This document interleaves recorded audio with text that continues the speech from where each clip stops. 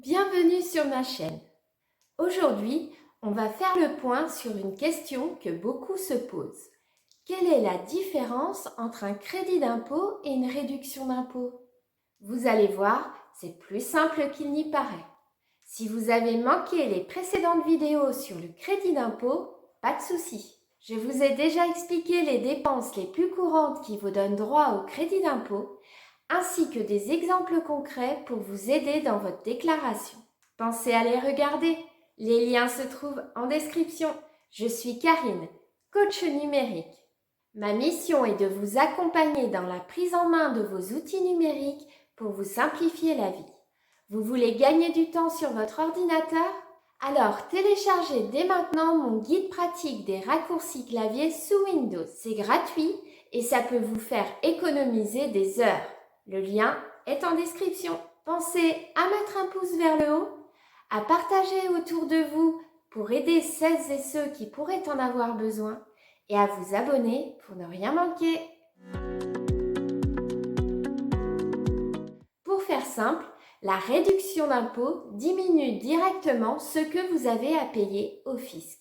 En revanche, le crédit d'impôt vous est remboursé même si vous n'êtes pas imposable.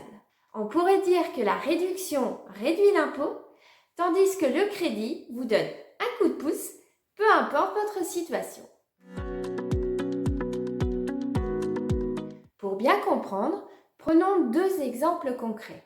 Paul a fait un don de 100 € à une association d'utilité publique. Grâce à cela, il bénéficie d'une réduction d'impôt de 66 €. Cela signifie que sa prochaine facture fiscale sera diminuée de ce montant. De son côté, sa voisine retraitée a embauché quelqu'un pour entretenir son jardin. Elle a droit à un crédit d'impôt et même si elle ne paie pas d'impôt, elle recevra tout de même ce montant sur son compte en banque.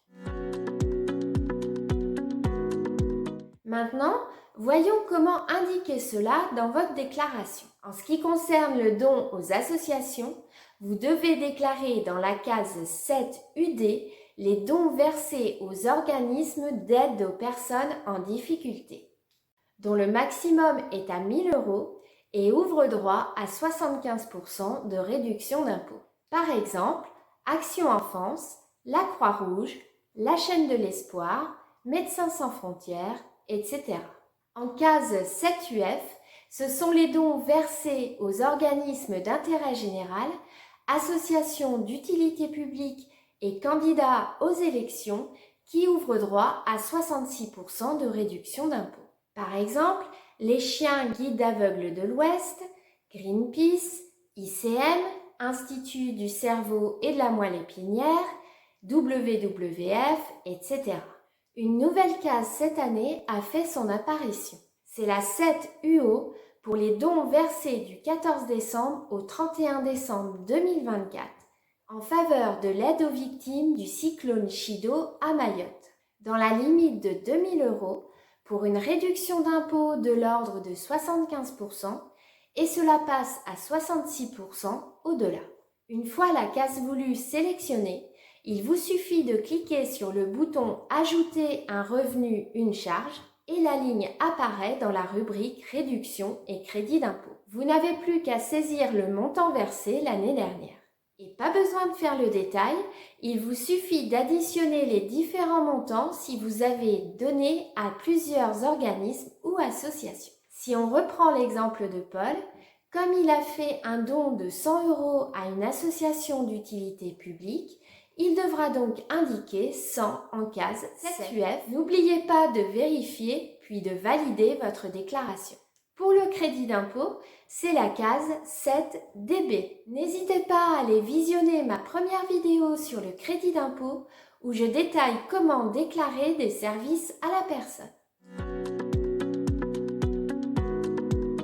Si vous avez déclaré plus que le montant dont vous êtes imposable, la différence est reportée pour l'année suivante.